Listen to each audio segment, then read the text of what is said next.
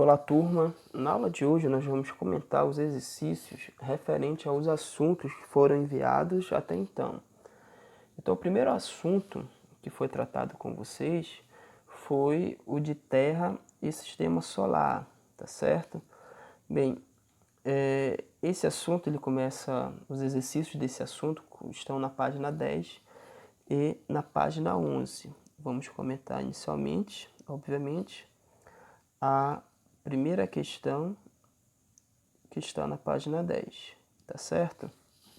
Pois bem, essa questão fala assim: observe o desenho do sistema solar e responda ao que se pede. O desenho é exatamente esse que você vê. Então ele fala quais são os planetas mais próximos da Terra. Bem, essa é a primeira pergunta, item A. Então, considerando a posição da Terra, os planetas mais próximos é Vênus e Marte, tá certo? São os planetas que estão mais nas proximidades da Terra. E, por exemplo, Mercúrio está bem mais próximo do que está Júpiter, né? Mas os planetas mais próximos nas vizinhanças da Terra seriam esses, Vênus e Marte. A letra B fala de quantos planetas é formado o sistema solar. Então, se você for analisar aí, você percebe que existem 9 planetas aqui, né, representados. Mas considere que o último que está aqui, Plutão, ele foi rebaixado à condição de planeta não. Portanto, se ele se refere especificamente a planetas, a resposta correta seria de 8, apenas 8 planetas. Então essa seria a resposta da letra B, tá? Da letra B da primeira questão, tá? E aí a segunda questão, ainda na página 10, fala assim pra gente: como o universo se formou? Qual a teoria mais aceita? Então são duas perguntas aqui. Então, sobre a criação do universo, sua origem, segundo a teoria mais aceita entre os cientistas, isso há aproximadamente 14 bilhões de anos, foi resultado da explosão de um pequeno núcleo de matéria com temperaturas e densidades enormes. Depois dessa explosão, o universo se expandiu e se resfriou, provocando a formação de estrelas, planetas e galáxias. Os cientistas acreditam que o universo continua em expansão.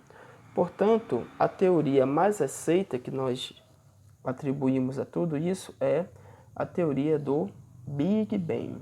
Então seria esse o contexto para poder ser trabalhada aí a segunda questão, tá certo? E aí nós vamos comentar aqui agora a terceira questão. A terceira questão, ela já se encontra, tá? A terceira questão já está na página 11, tá legal? Pois bem, a terceira questão fala assim: explique o que é uma galáxia e quais os elementos a formam. Gente, eu vou comentar um contexto aqui que pode ter uma diferença da sua resposta, como aconteceu na segunda questão, tá bom? Mas se convergir para o mesmo significado, então tudo bem. Então olha lá. Bem, a pergunta é sobre galáxia, né, e o que é que vai formar. Pois bem, é um sistema composto por astros e diversos tipos de estrelas, aglomerados, estrelas e nuvens de gás e poeira, como a Via Láctea, a nossa galáxia. O universo é formado por inumeráveis galáxias, que se unem em grupos, como o grupo local, formado por 30 galáxias, sendo a Via Láctea a mais maciça, tá? E a galáxia de Andrômeda é a de maior dimensão. Andrômeda é uma galáxia vizinha nossa, que ela tem uma dimensão maior que a Via Láctea, tá ok? Então seria nesse contexto aí uma resposta alinhada aí para essa terceira questão, tá legal? Bem, a questão de número 4, tá? A questão de número 4, que também está na página 11, ela fala assim pra gente: qual a diferença entre estrela e planeta? Bem, gente, existe mais de uma, né? Mas assim, o que destaca mais, que caracteriza estrela e planeta, tá? É o seguinte: a estrela é um astro que tem luz própria, já o planeta é um corpo celeste sem luz própria que gira ao redor de uma estrela. É como esses planetas que estão girando em torno do Sol. O Sol é uma estrela, brilha, tem luz própria. E os demais planetas, eles não emitem luz própria e obrigatoriamente eles estão girando em torno da estrela. Tá legal? Então seria nesse contexto aí a resposta da questão de número 4. E aí nós vamos colocar aqui a questão de número 5.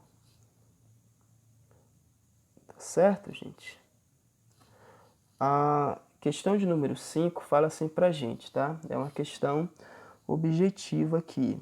Você tem que escolher uma alternativa para marcar. Então ela fala assim pra gente.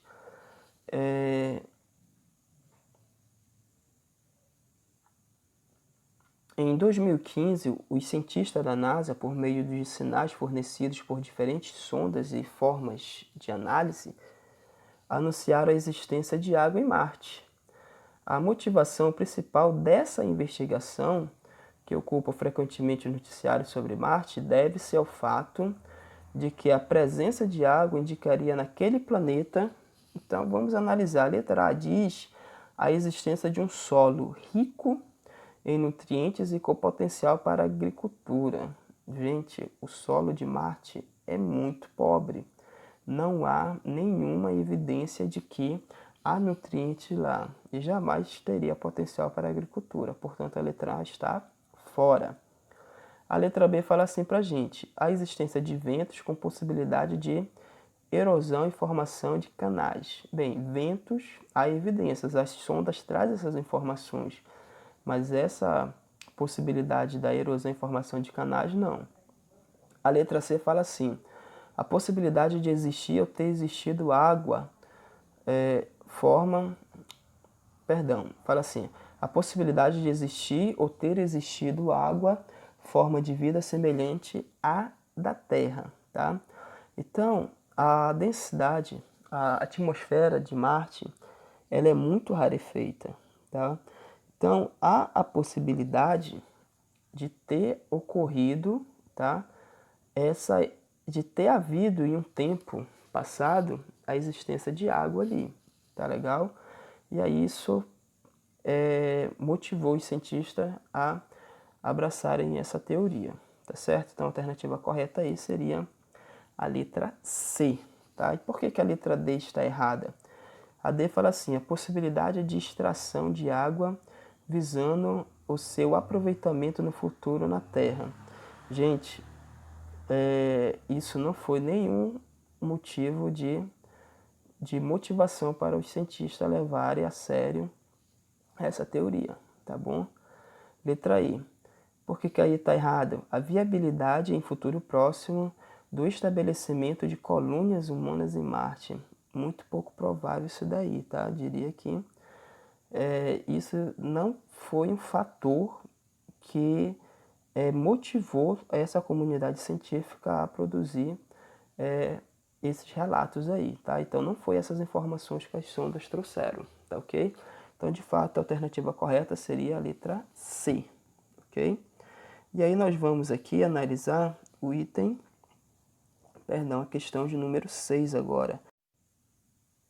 Bom, pessoal, já a questão 6 fala assim: leia as afirmações com atenção. Bem, a afirmação 1 fala pra gente: rotação é o movimento que a Terra faz em torno do seu próprio eixo e tem duração de 23 horas, 56 minutos e 4 segundos.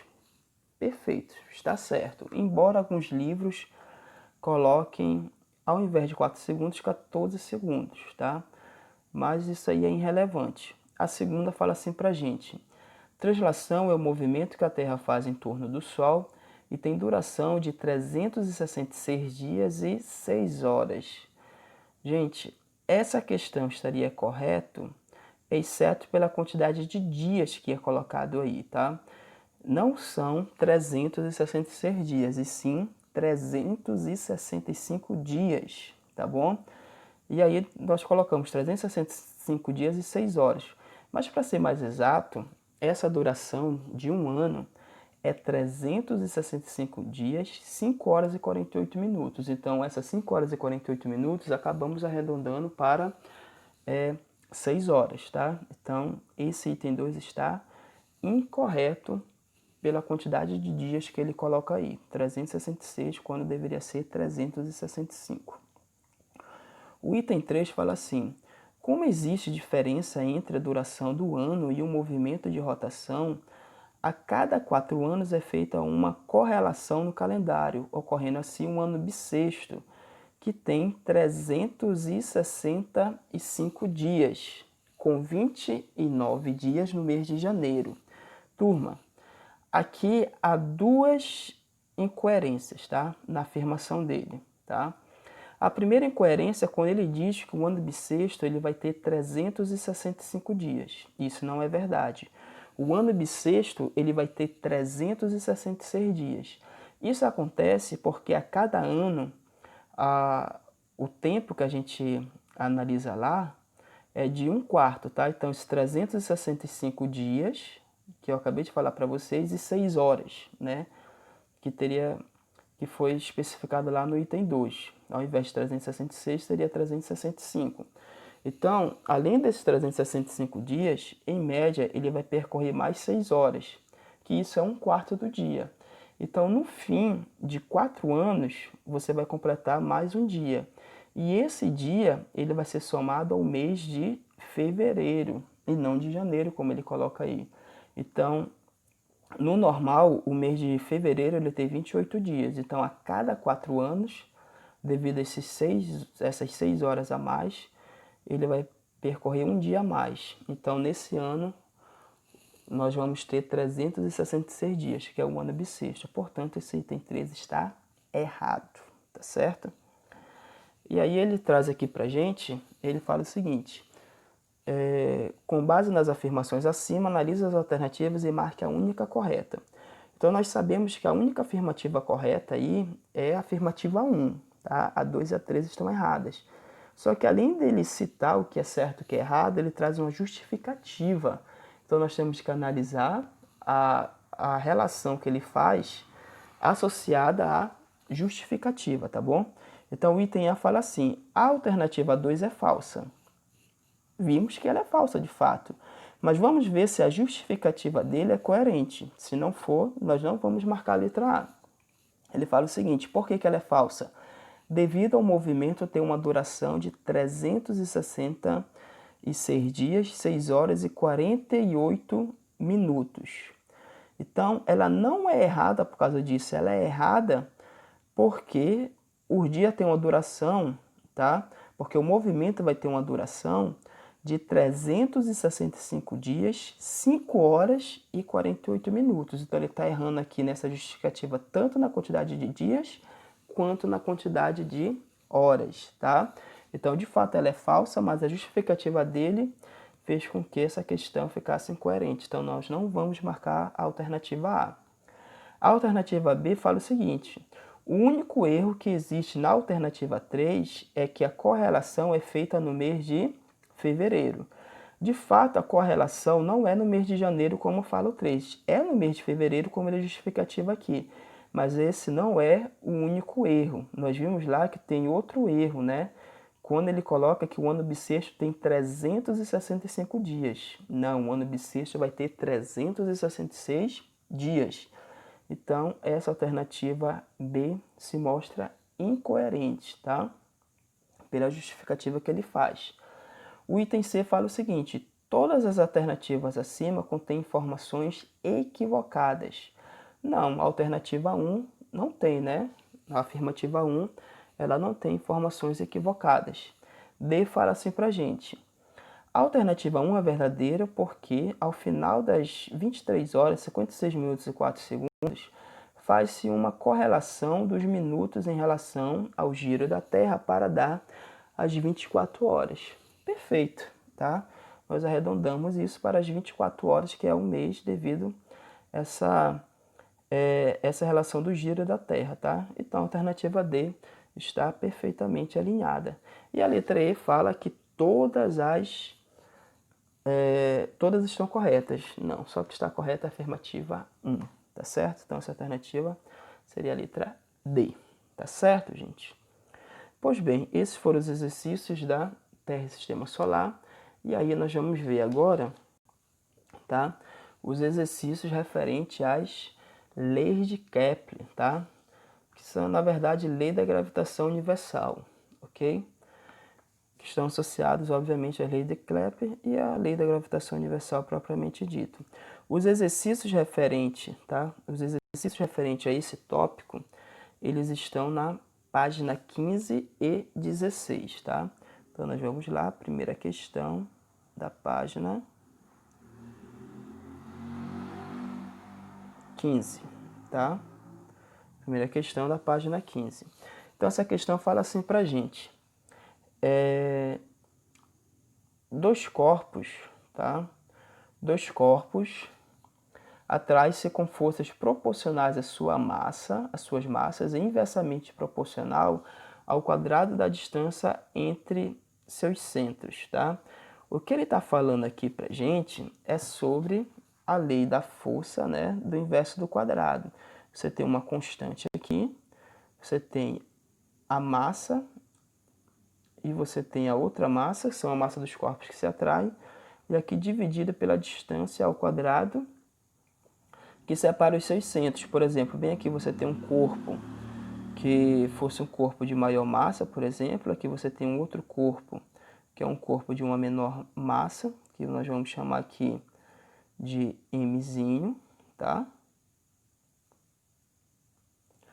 E aí, esses corpos eles se atraem mutuamente, exatamente com a mesma força, e existe uma distância que separa os seus centros.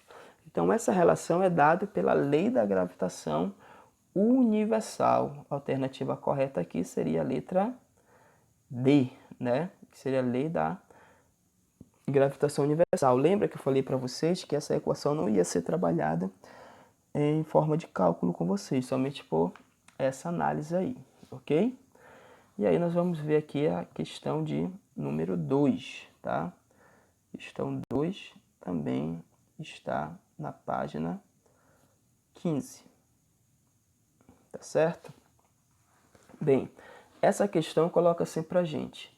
Julgue os itens abaixo com F para falso e V para verdadeiro, tá?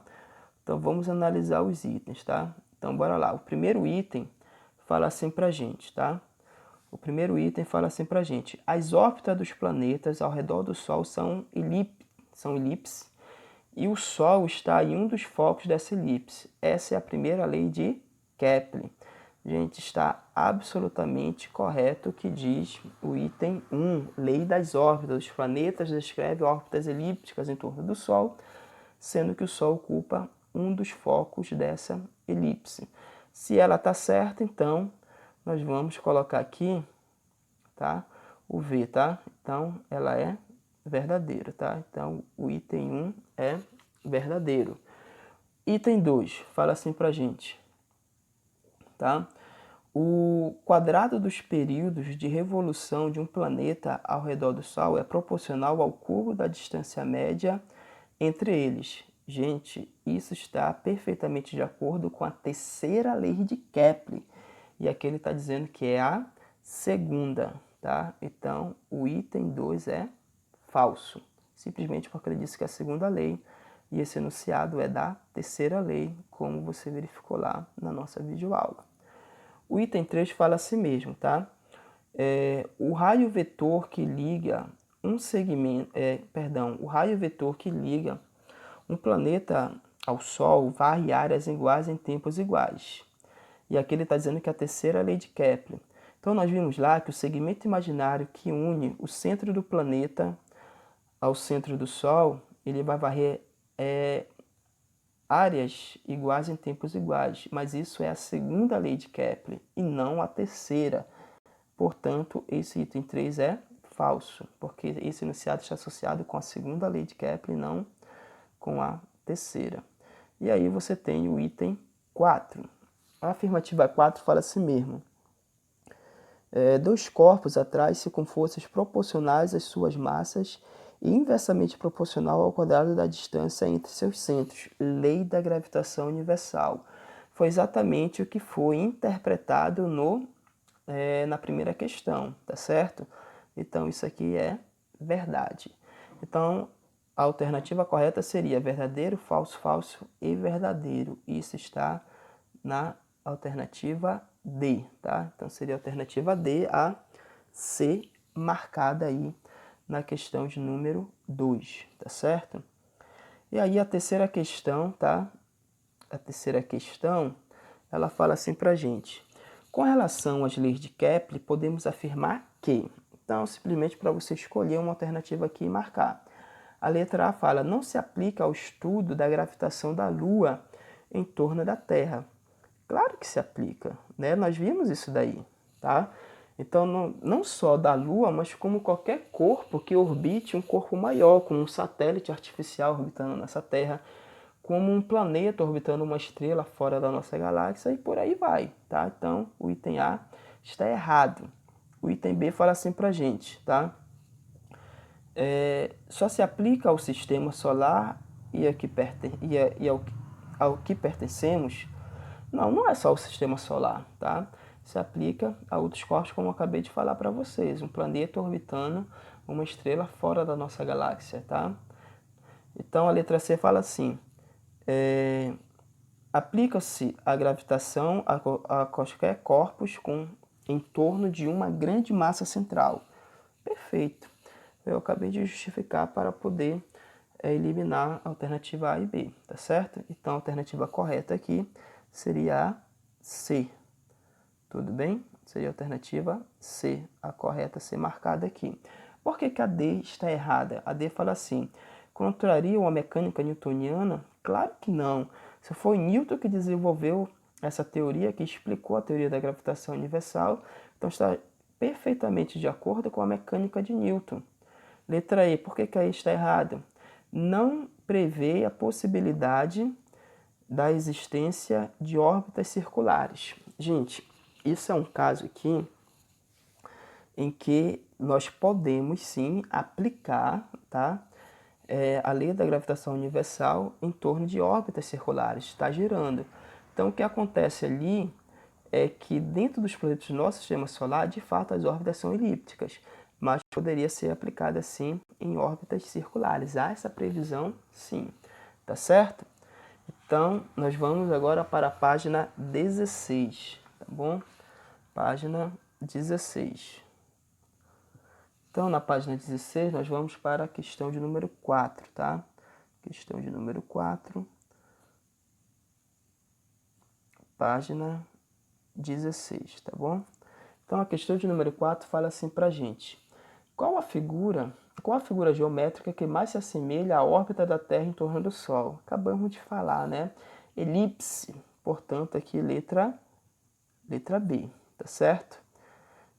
E aí a quinta questão, tá? A quinta questão fala o seguinte. Propôs uma teoria que explica o movimento dos corpos celestes, segundo a qual a gravidade terrestre atinge a Lua, assim como a gravidade solar se estende à Terra e aos demais planetas. Gente, que lei é essa? Lei da gravitação universal. Quem propôs isso? Isaac Newton, né? Então, a resposta correta que traz isso daí é a letra C, tá? Então, seria a letra C, a questão de número 5, ok? E aí, nós vamos analisar aqui a questão de número 6, tá? Ainda na página 16. A questão de número 6 fala assim, durante aproximadamente 20 anos, o astrônomo dinamarquês Tycho Brahe realizou rigorosas observações dos movimentos planetários, reunindo dados que serviram de base para o trabalho desenvolvido após sua morte por seu discípulo, o astrônomo alemão Johannes Kepler. Possuidor de grande habilidade matemática, analisou cuidadosamente os dados coletados por Tycho Brahe ao longo de vários anos, tendo descoberto 3 leis para o movimento dos planetas. Apresentamos a seguir o enunciado de cada uma dessas 3 leis, tá bom? Então, a primeira lei, então isso aqui não é nenhuma pergunta, é simplesmente apresentando os enunciados. E aí ele diz pra gente, tá? A primeira lei de Kepler, cada planeta descreve órbitas elípticas em torno do Sol, do qual o Sol ocupa um dos focos, tá? A segunda lei de Kepler, o raio vetor segmento de reta imaginário que liga o Sol ao planeta varre áreas iguais em intervalos de tempos iguais. Tá? E a terceira lei de Kepler fala: os quadrados dos períodos de translação dos planetas em torno do Sol são proporcionais aos cúbitos de raios médios de suas órbitas. Então, as três leis estão enunciadas aqui e ele fala: assinale as proposições que apresentam conclusões corretas das leis de Kepler.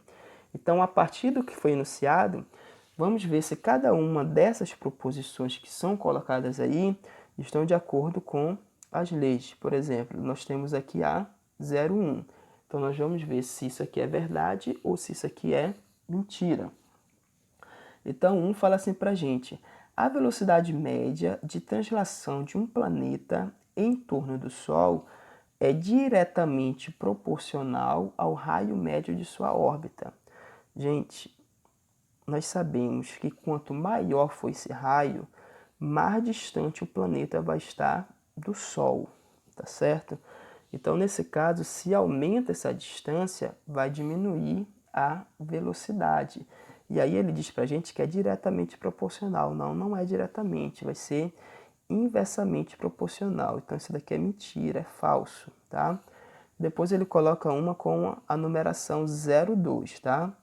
Então, a 02 fala assim pra gente: quanto maior o raio médio da órbita de um planeta em torno do Sol, maior será o período de seu movimento. Gente, ele fala: quanto maior o raio médio para em torno do Sol, maior será o seu período de movimento. Então veja bem, quando ele faz essa afirmação, perceba o seguinte, que o raio médio é a distância em média que o planeta vai estar em torno do Sol, não é isso? Então, quanto maior for o raio médio dessa órbita de um planeta em torno do Sol, maior será o período de seu movimento. O que é o período? É o tempo, né? É o tempo que ele leva para dar aquela volta. Você lembra da lei dos períodos, a terceira lei de Kepler? Então, quanto maior for esse raio, então significa que maior será o período, vai demorar mais tempo para ele dar essa volta em torno do Sol. Portanto, isso daqui é verdade, tá certo?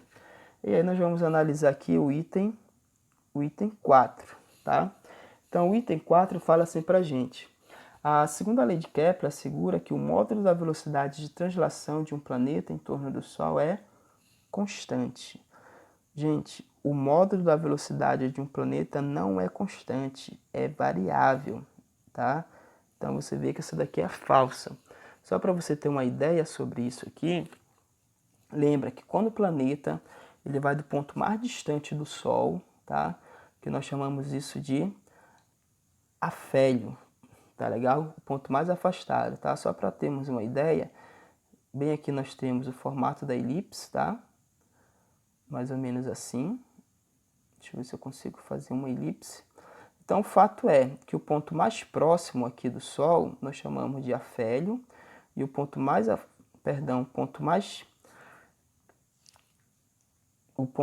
próximo nós chamamos de periélio e o ponto mais afastado nós chamamos de afélio.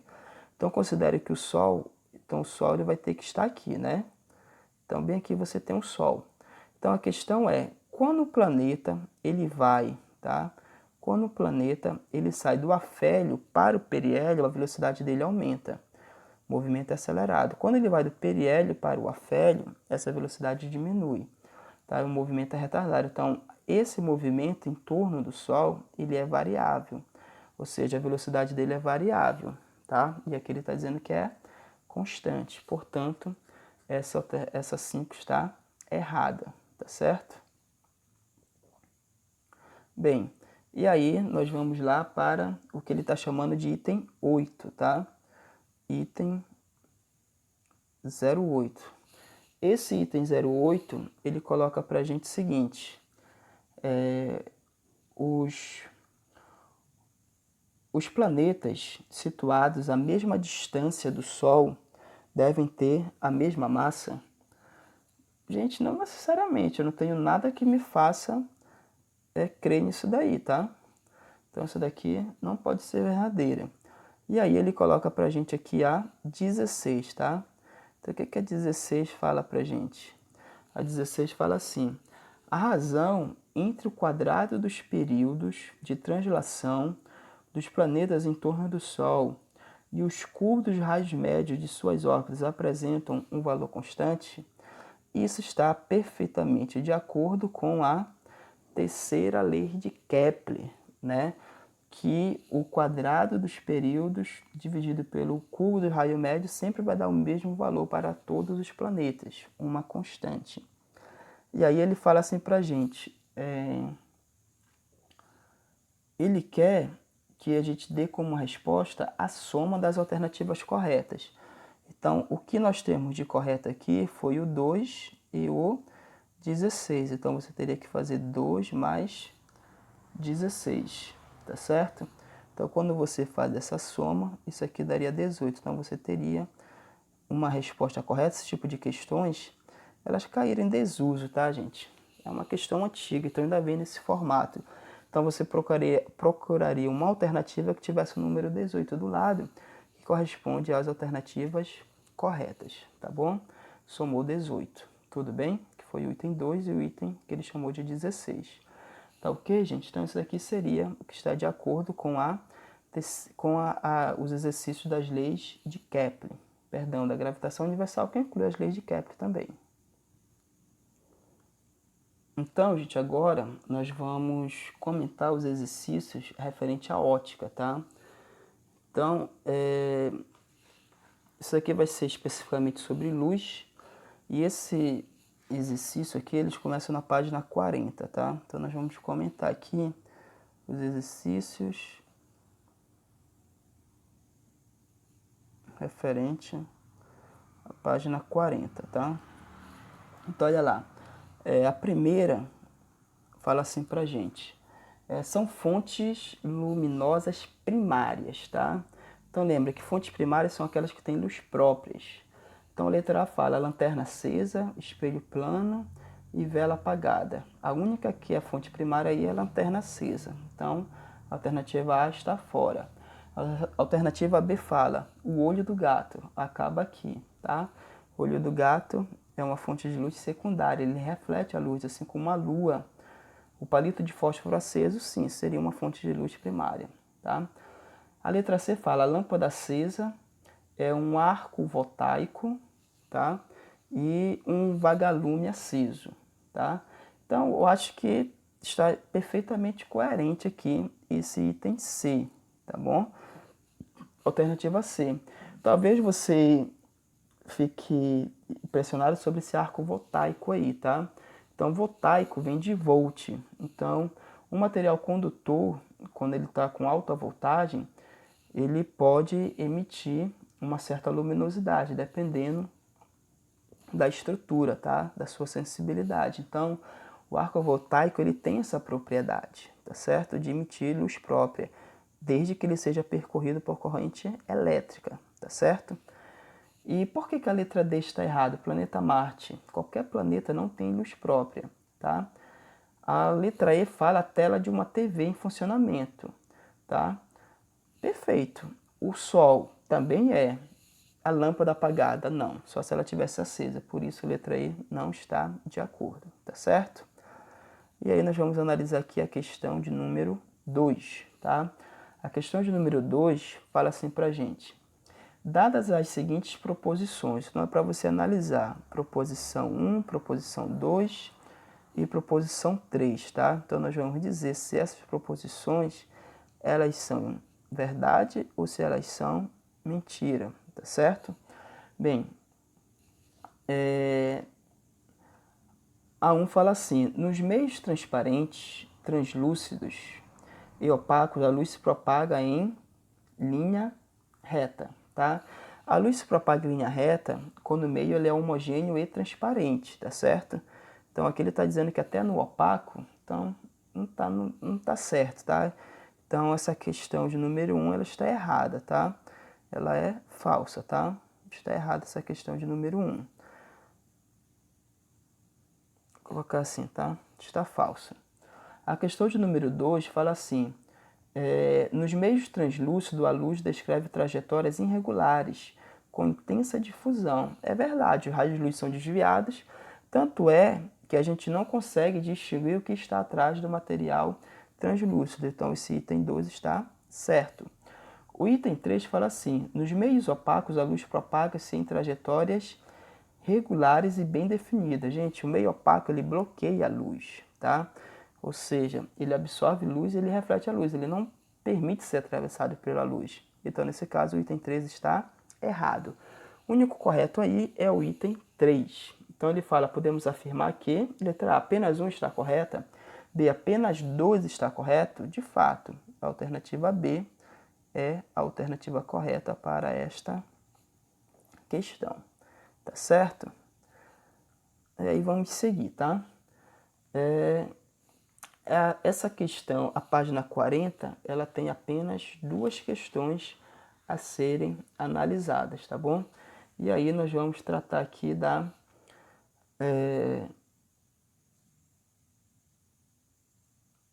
página 42, tá? A página 42, deixa eu colocar aqui, página 42, página 42, tá? Então, a primeira questão da página 42 vai colocando assim pra gente. Isso aqui já diz respeito à velocidade da luz, né? Ele fala o seguinte: o planeta Netuno dista 4,2 vezes 10, tá? A 12 metros do Sol. Quantos minutos a luz emitida pelo Sol leva para chegar em Netuno? Aí ele me dá a velocidade da luz de 3 vezes 10 a oitava metros por segundo. Então ele está se referindo ao tempo, tá? Ele quer que nós determinamos esse intervalo de tempo, tá? Esse intervalo de tempo obrigatoriamente vai ser minuto, isso é uma exigência que ele faz. Vamos ter que trabalhá-lo em minuto. E aí ele fala a distância que será percorrida, né? Essa distância a ser percorrida, eu vou chamar de ΔS, é de 4,5, tá? 4,5 vezes 10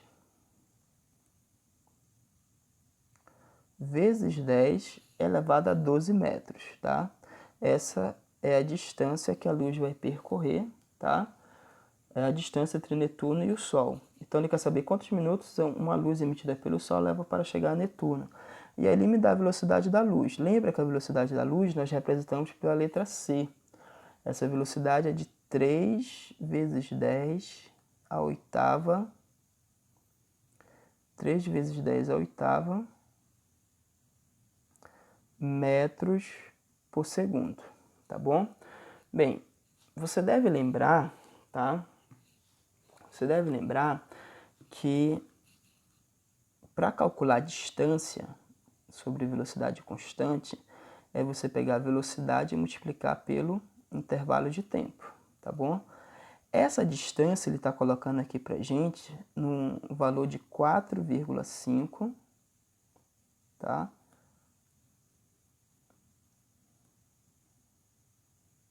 4,5 vezes 10 elevado a 12.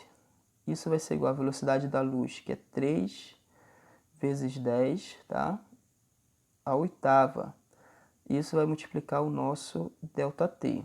Então, esse 3 vezes 10 a oitava vai passar dividindo. Você vai ter aqui 4,5 vezes 10 elevado a 12. E aí, o 3 vezes 10 a oitava passa dividindo, tá bom? Ele vai passar dividindo. E do outro lado, você vai ter o ΔT. Então, o resultado atribuído ao ΔT, tá? O resultado atribuído ao ΔT vai ser exatamente o resultado dessa divisão. Pois bem, então, se você dividir aqui 4,5 por 3, dá para fazer essa divisão. Imagine 45. Quanto é 45 dividido para 3? Isso dá 15, correto?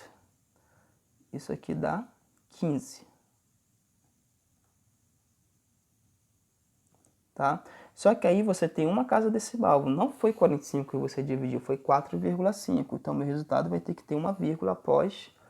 Vai ter uma casa decimal após a vírgula, tá bom? E aqui você tem uma divisão de potência de mesma base. Você tem 10 a 12 dividido por 10 à oitava. Nesse caso da divisão, o que é que você faz? Conserva a base e subtrai os expoentes, não é isso? Então, 12 menos 8 vai dar 4, não é isso? Então, tá aqui o teu tempo. Só que esse teu tempo aqui vai estar em segundos. Por que em segundos? Porque a tua velocidade aqui é em metros por segundo, não em metros por minuto. Aqui você tem metros com metros, que vai cancelar, e vai sobrar só o segundos. Só que ele pediu isso daí para minuto. Um minuto tem 60 segundos, tá? Então, bora fazer aqui essa relação, tá? Então, bora lá. Então, o intervalo de tempo que você achou aqui, esse intervalo de tempo foi de 1,5 vezes 10 a quarta. Você concorda comigo que esse 1,5 vezes 10 a quarta, deixa eu colocar aqui, tá? Você pode eliminar, tá? Deixa eu fazer aqui. Bora completar aqui, tá? Então, esse intervalo de tempo, ele é igual. Você sabe que todo número elevado a 10 é você correr com a vírgula a quantidade da casa dos expoentes, tá? Então, veja bem, aqui você tem 1,5 vezes 10 a quarta. Como a base é 10, você pode correr com essa vírgula. Se o expoente é positivo, a vírgula anda para a direita. Se o expoente é negativo, a vírgula anda para a esquerda. Então, ela vai dar 4 casas, porque aqui é 4, e para a direita, porque esse 4 é positivo. Então, quando essa vírgula pula o 5, ela andou uma casa. Aí não tem mais casas para ela andar. Ela ia precisar andar mais 3 casas para completar as 4 casas. Aí, nesse caso, você acrescenta 0. Então, a falta de casa decimal, você acrescenta 0. Então, isso aqui vai ficar mais 3 zeros. E aí, você coloca lá segundos, tá certo? Então, você vai ter 15.000 segundos. Então, esse intervalo de tempo, deixa eu colocar para cá agora, esse intervalo de tempo de 15.000 segundos, você vai ter que transformar isso aqui para minutos, tá?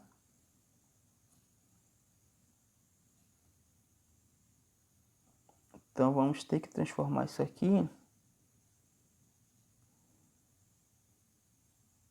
para minutos. E como é que a gente faz essa divisão?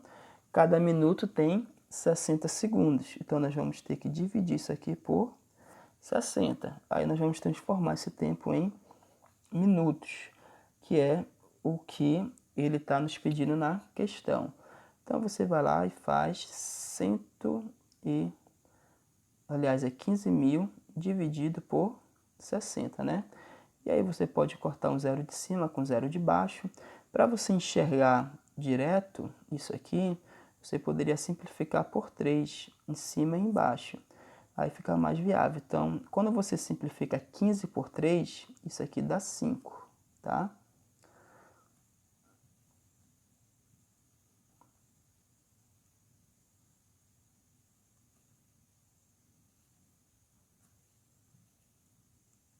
Com a quantidade de zeros, então você vai ter 500. E aí você 6 dividido para 3 dá 2. Olha lá como você consegue enxergar agora o resultado. A metade de 500 é 250. Não é isso? 250. Então você vai ter aqui 250 minutos, tá? Então essa seria a resposta dessa questão, tá? 250, né? 250 minutos. Deixa eu ajeitar aqui. 250 minutos, tá?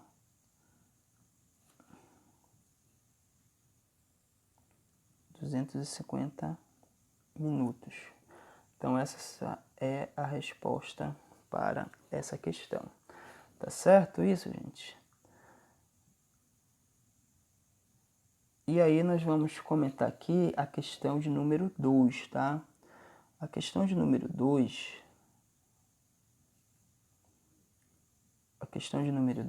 que também está na página 42, tá? Página 42, ela coloca assim pra gente. Ache em metros a distância correspondente a 5 anos-luz. Nós fizemos um exercício parecido com esse, né, na nossa videoaula. E aí ele me dá a velocidade da luz em quilômetros por segundo. Então, para fazer esse cálculo, primeiro, tá, ele quer saber quanto tempo tem, qual é a distância em 5 anos-luz. Lembra que 1 ano-luz é a distância que a luz percorre em 1 ano, tá? Aí ele está dizendo que em 1 segundo ela está percorrendo 300 mil quilômetros, ou seja, 300 milhões de metros, não é isso? Então, nesse caso aqui, é importante a gente saber quantos segundos, já que o tempo aqui está em segundos, tem 1 ano, tá? Então, só para a gente lembrar, tá? Então, olha lá. Então, deixa eu colocar aqui, olha, 1 ano, tá? Estamos falando de 1 ano. 1 ano é a mesma coisa que 365 dias, tá? Então, a gente considera que um ano tem 365 dias. Então, em 1 ano, você vai ter 365 dias, tá bom? Dias. Só que cada dia tem 24 horas. E cada hora tem 3.600 segundos. Então, para você descobrir quanto tempo tem um ano, é só você multiplicar tudo isso daí. Então, se nós multiplicarmos tudo isso daí, nós vamos descobrir que em 1 ano, tá? Em 1 ano, tá bom? Em 1 ano, nós vamos ter o equivalente a... É só multiplicar isso, tá? Que seria 31.536.000, tá? Segundos. Então, seria esse o tempo equivalente a 1 ano, tá certo? E aí você vai descobrir a distância de 1 ano-luz, tá? Então, 1 ano-luz, então vou colocar aqui, olha.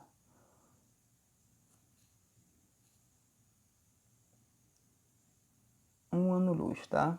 Então, o que seria 1 ano-luz? É a distância que a luz percorre em 1 ano. Então, nós vamos fazer aqui, tá? A distância que a luz percorre em 1 ano, tá? Isso aqui vai ser a velocidade vezes o intervalo de tempo. Esse intervalo de tempo está lá, tá? Então, a velocidade da luz, vou colocar bem aqui. Essa velocidade da luz, ela é em torno de 3 vezes 10 a oitava metros por segundo. Vou usar em metros por segundo porque ele quer a resposta dele em metros, né? Ele quer saber... Ache em metros a distância correspondente a 5 anos-luz. Então, por isso eu vou achar isso aqui em metros. Pois bem, então, essa distância vai ser igual a 3 vezes 10 à oitava, que é esse valor da velocidade da luz, tá? 3 vezes 10 à oitava, e aí você multiplica por esse intervalo de tempo, que é esse número simpático aqui, tá? 31.536.000. 536.000. Então, quando você multiplica tudo isso daí, tá? Isso aqui vai dar um valor de... Vou colocar aqui em fator de potência de base 10, tá?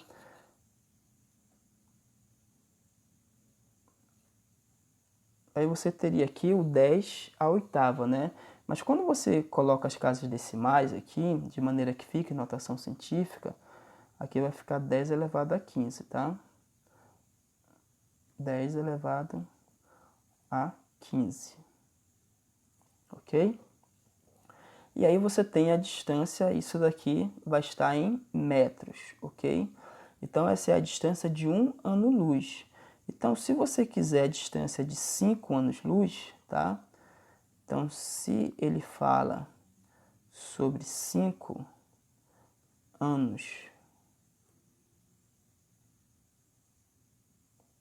5 anos-luz, que nós temos que fazer, tá? Nós temos que simplesmente multiplicar. Se um ano-luz tem esse valor de 9,4, 9,5, aproximadamente 10 a 15, então você multiplica esse valor aí por 5, tá? Então a distância que ele está te pedindo aqui, deixa eu colocar aqui, tá? A distância correspondente a 5 anos-luz seria pegar esse 5 e multiplicar por esse valor de 9,460 vezes 10 elevado a 15, tá bom? Seria basicamente isso daí. Então, quando você multiplicar isso, você acha aproximadamente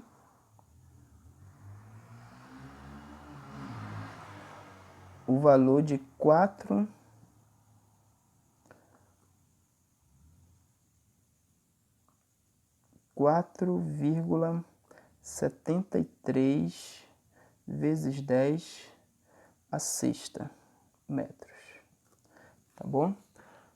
A 16, tá, gente?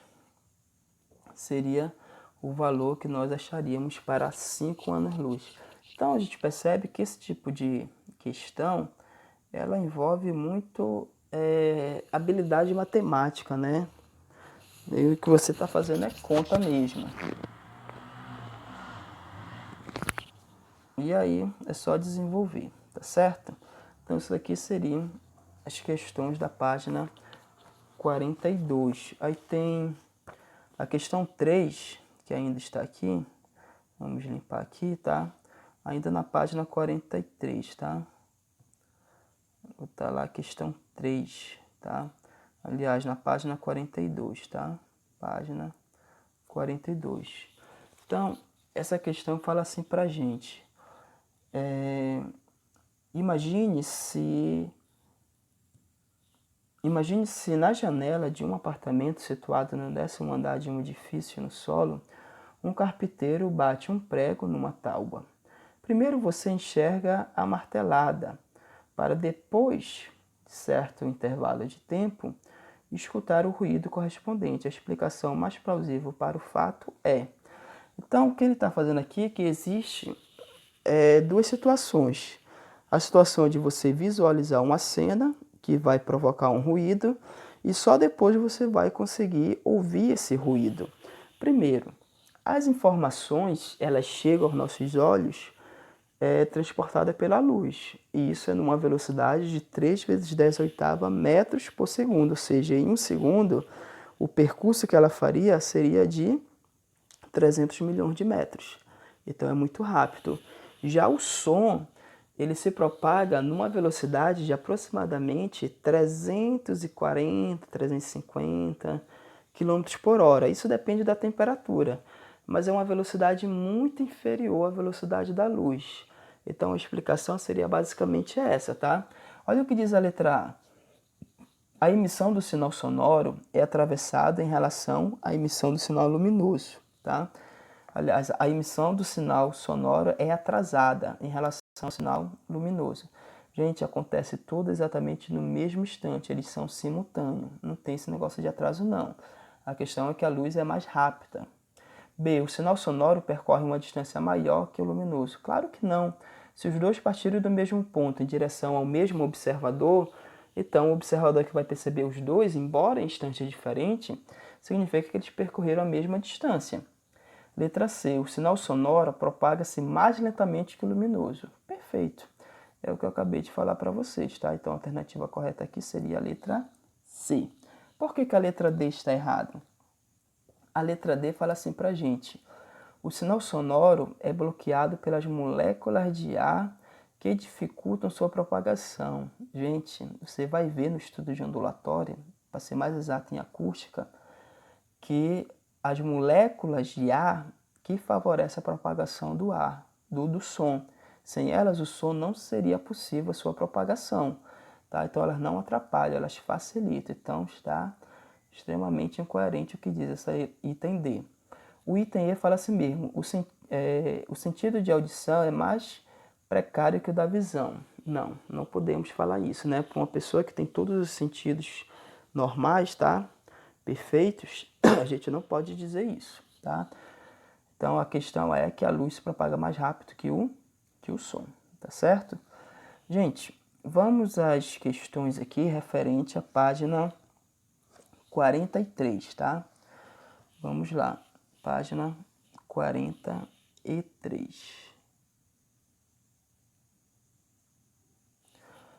A primeira questão, tá? A primeira questão coloca assim pra gente. Um prédio projeta no solo uma sombra de 15 metros de extensão no mesmo instante que uma pessoa de 1,80 m projeta uma sombra de 2 metros. Determine a altura do prédio, tá?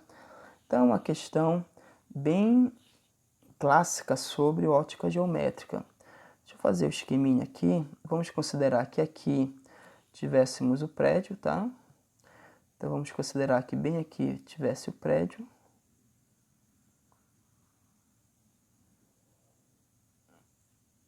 Então, tá aqui o prédio, vamos considerar assim, tá?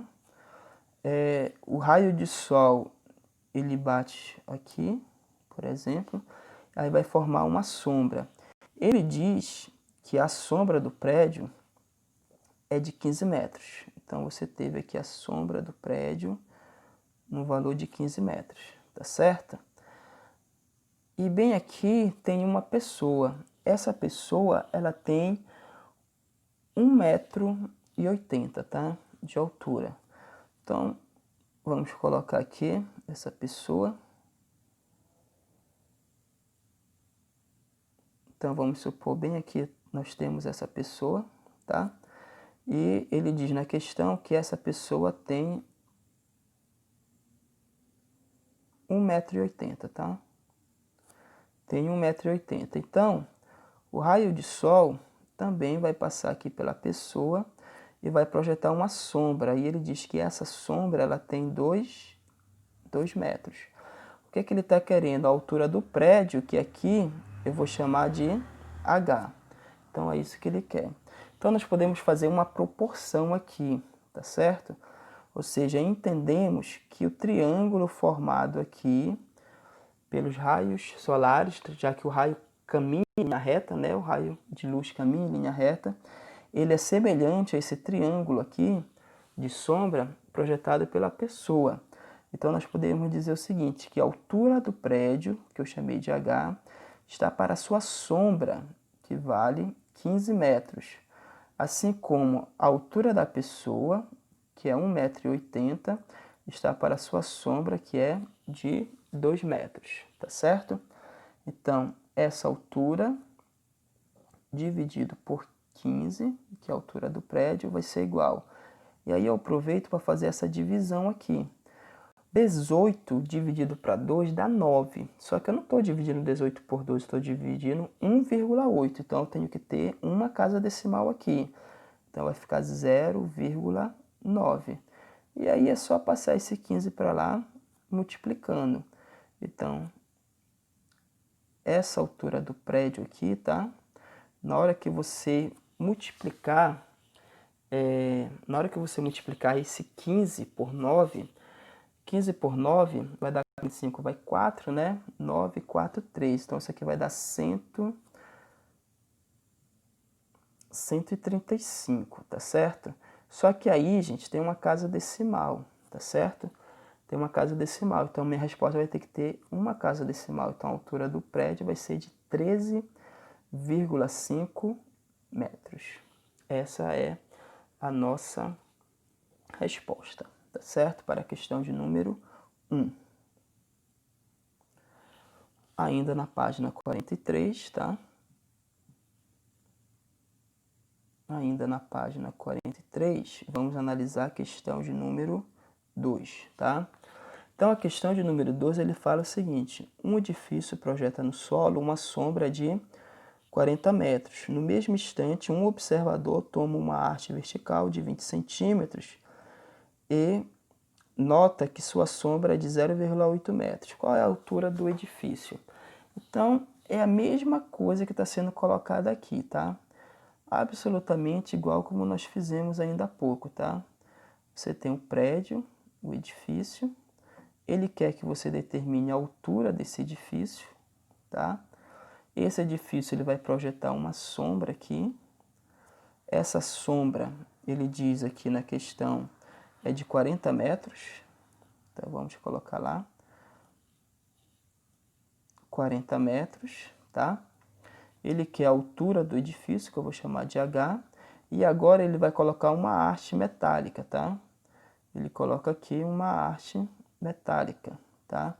Essa haste metálica, ela tem uma altura de 20 centímetros, tá? E vai ter uma sombra, vai ver bem aqui a sombra.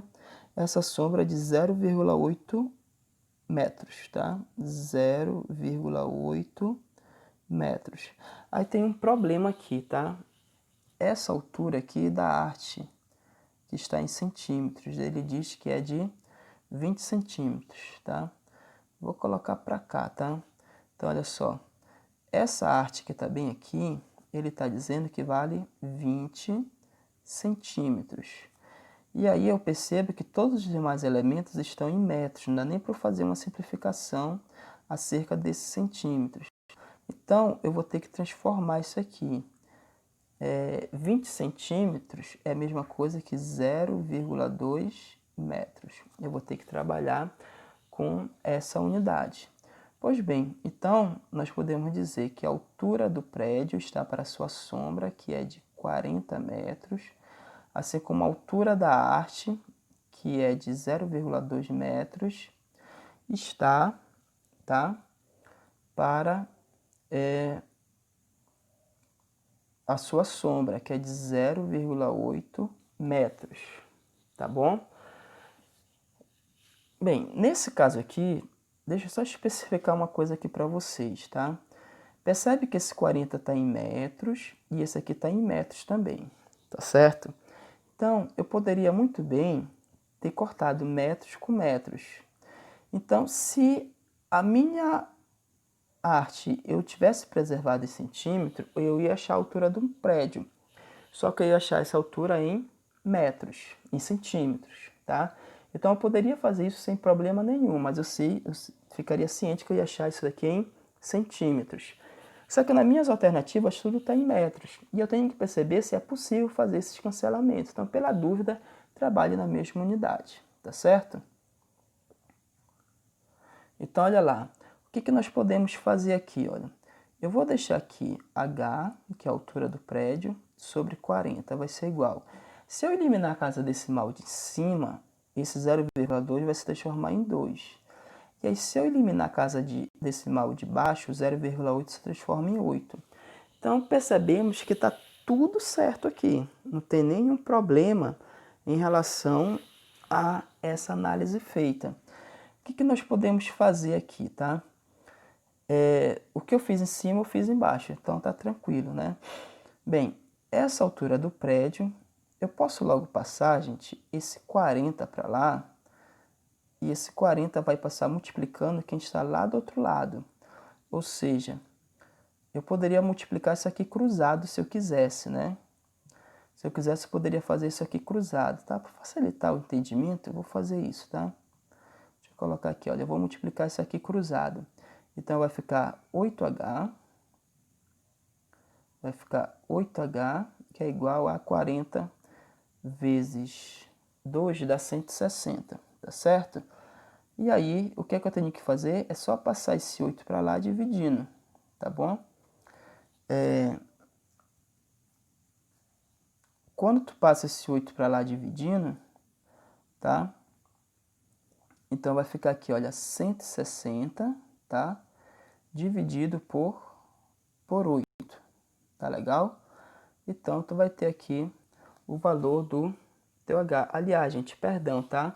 Quando você multiplicou aqui, olha, quando você multiplica aqui, você está fazendo 40 vezes 2, isso aqui vai dar 80, né? Bem direto. É até mais simples o cálculo. Então, ou seja, você vai ficar com 80 dividido por 8. Vai ficar bastante elementar. 80 por 8 vai dar 10, né? 10 metros. Aí, quando você olha para a alternativa, você percebe que a alternativa que traz essa resposta é a alternativa C, tá? Alternativa C é a alternativa A ser marcada aí, ok? Olha, aqui a terceira questão, ela coloca assim pra gente, tá? Terceira questão. Então vamos lá a terceira questão. Ainda na página 43, tá? Página 43, tá? Então nós vamos à questão de número 3. Então a terceira questão fala assim: um observador A, olhando em um espelho, vê um outro observador B. Se B olha no mesmo espelho, ele verá o observador A. Esse fato é explicado pelo... Então você lembra que o caminho da luz independe da trajetória. Então se você enxerga os olhos de uma pessoa em um espelho, essa pessoa olhando para esse espelho certamente vai enxergar você também. Então o princípio que fala isso é o princípio da reversibilidade dos raios de luz ou dos raios luminosos. A alternativa que fala desse princípio é a alternativa C, tá certo? A alternativa correta aqui é a alternativa C. Tá certo isso, gente? Bem, pessoal, e para finalizar, nós vamos ver aqui os exercícios referentes, tá, à reflexão da luz, tá? Esses exercícios estão na página 45, tá? Então, nós vamos lá, exercícios referente à página 45. Então, vamos à primeira questão. A primeira questão coloca assim para a gente: quais são as leis da reflexão da luz? Nós temos duas leis, tá? Então você lembra lá que os raios de luz, ele vai bater na superfície, um espelho, por exemplo. Então, quando essa luz ela bate nesse espelho, ela vai refletir, tá? Aí, o que acontece? Você tem um raio de luz incidente, tá? É esse daqui, posso chamar de RI. E você tem aqui o raio de luz refletido. Aí bem aqui você traça uma reta normal e aí nós vamos especificar dois ângulos aqui, tá? O que nós chamamos de ângulo de incidência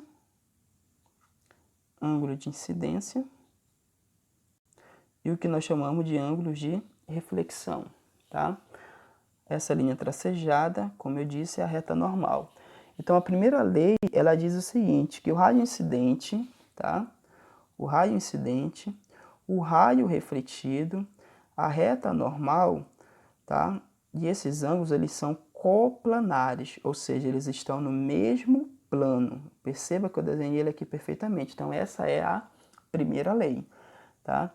E a segunda lei diz pra gente que esse raio de incidência é igual ao raio de reflexão, tá certo? Então é o que diz aí as leis da reflexão, tratada aí na questão de número 1.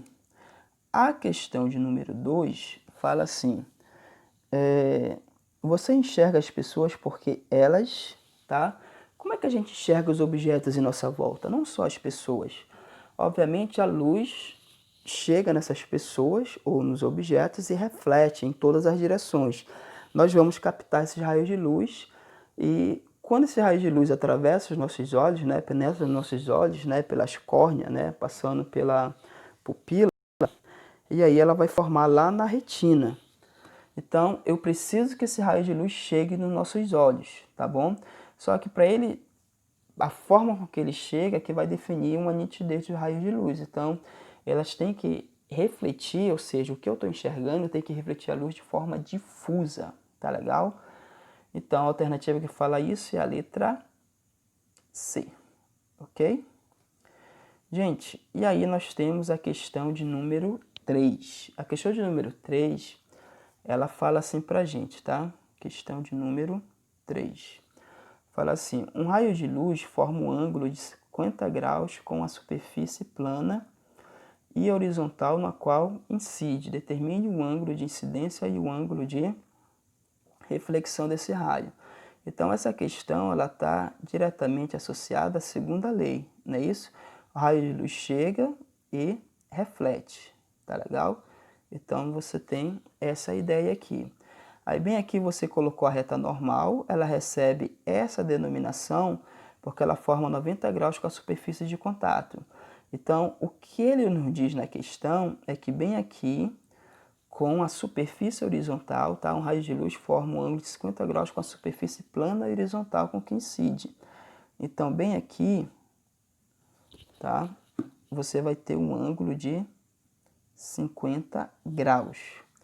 Bem, se aqui é 50 graus e entre a superfície e a reta normal é 90, então nós percebemos o seguinte, que para formar esse 90 graus, quanto é que falta com a reta normal?